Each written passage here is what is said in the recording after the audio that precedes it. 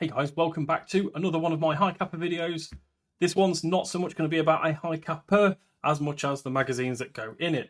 Very boring mag maintenance video for you, so apologies if you're not into mag maintenance, but this is long overdue. I can't remember how long these mags have been together, but lately I've been having some worse performance out of them, so time to do them all. Now, the other three are sat over there waiting to do. I'm not going to do all of them in one video because that would be boring, but I'm just going to show you what I'm going to do with this particular mag in this video to get it up and running again. Now, it is empty already, and the fill valve in there, boom, boom, I have already swapped because I did stick some hush rings in there, and I've been getting some leaks as well from there, so I'm not convinced it's not the hush ring. So hush rings out, new valves in. Happy days. So we're going to start off, we're just going to whip this base plate off.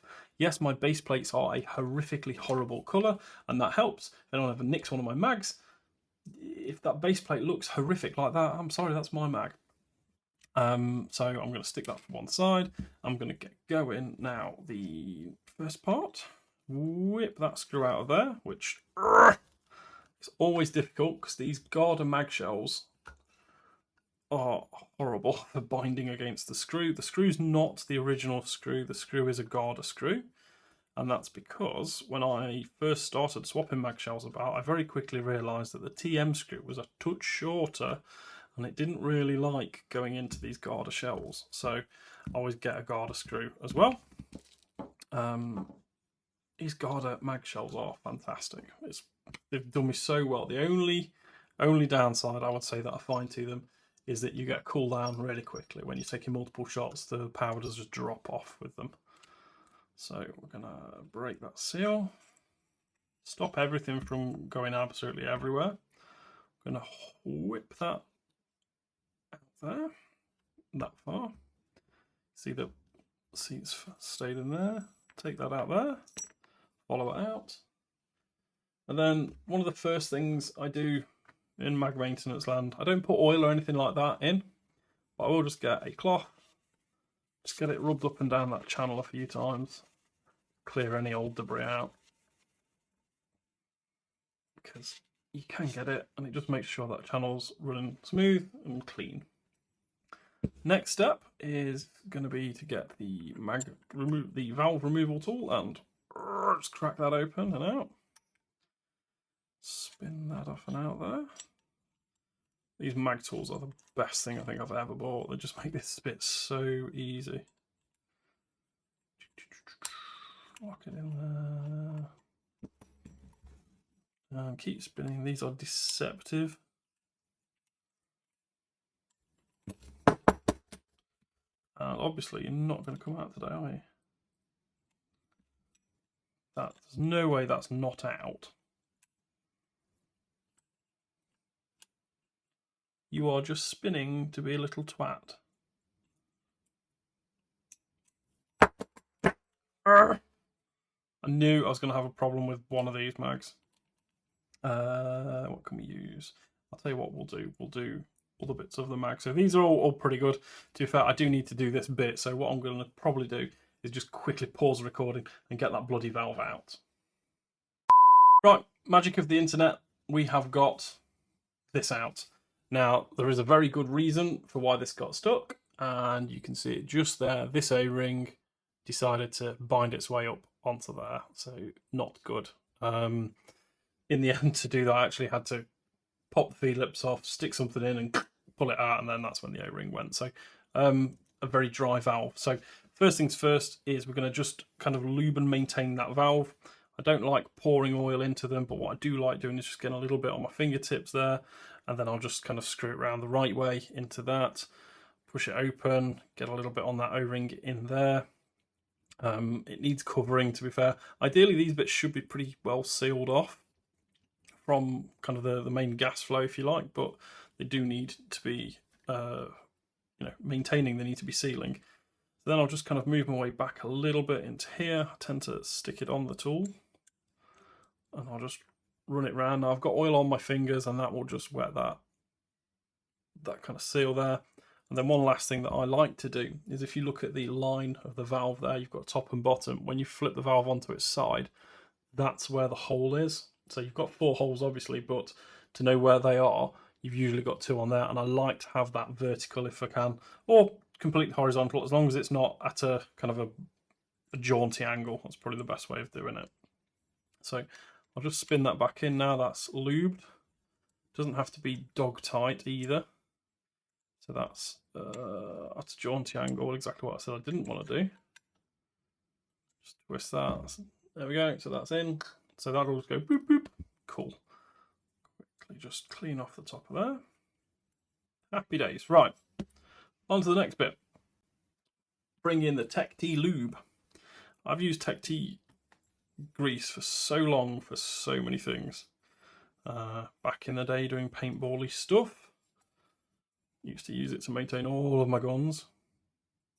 Or markers, that's what you call them in paintball, isn't it? And then more recently, HPA engines, that kind of thing, as I've been stripping out my Infernos. It's just good gear. Now I like to put a little bit on there because that's going to come down and dig in. And then the bit that really matters on a high Capa mag is this O-ring here. So we're just going to lather that up. You can swap those O-rings if you need to. I would only really swap them if they're damaged. It's not the end of the world if they're a nice square position, because it just means that they're actually going to sit really nicely, and they're going to, as long as you've got a good amount of grease on there, they will seal. So that's all done. Now what you don't want to do is start lathering grease everywhere. So trusty wank rag at the side. And then keep that out of the way. Follower in. Spring, which is still springy, and I also run 4.3 mags, so it's really not the end of the world if the spring is slightly less springy, because my mag is shorter anyway. As far as I'm aware, it's the same bloody spring that they use. So we'll just line that up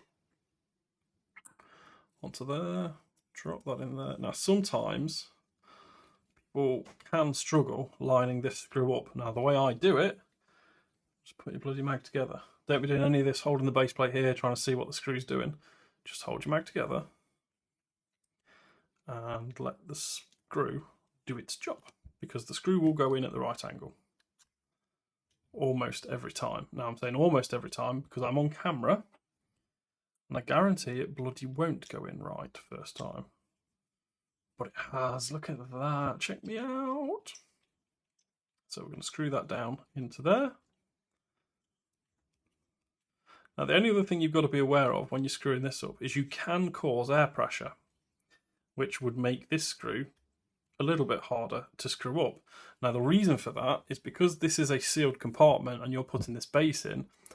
As it starts to seal, there's a chance it could push air in. Only a slim chance. So my answer to that is to whip something else, whether it's your release valve or your fill valve, because we've not maintained the fill valve yet. Whip one of those out, and then when you screw this mag shell together, it ain't going to be under pressure, at which point the screw will go in as far as it absolutely possibly can and needs to, and then you are laughing your pretty little head off. Come on, fill valve. There we go, out you come. And then we'll just make sure that that's down super tight. See, I'm going to tell you that I got an extra quarter of a turn just because of that. And then the last bit that we need to do is just, yep, that's together. Tiny, tiny, tiny, tiny lick of this. Just on there, just help that O-ring just to live that little bit longer. Then we'll drop it back down. And we'll spin it back up. Big shout out to Luke Hicks for the spare fill valves. There, done. Mag maintained. Oh, put your base cap on.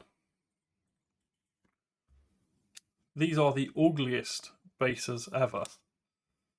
I got my hands on 2 of the original Make It 3D ones with the nice pull tabs on them, and then they went quiet. So I'd really like to get more of them, but I think they're now under AirTac, and I think they're quite a lot of money, and I don't really want to spend money on high Capa mags. I don't use them that often.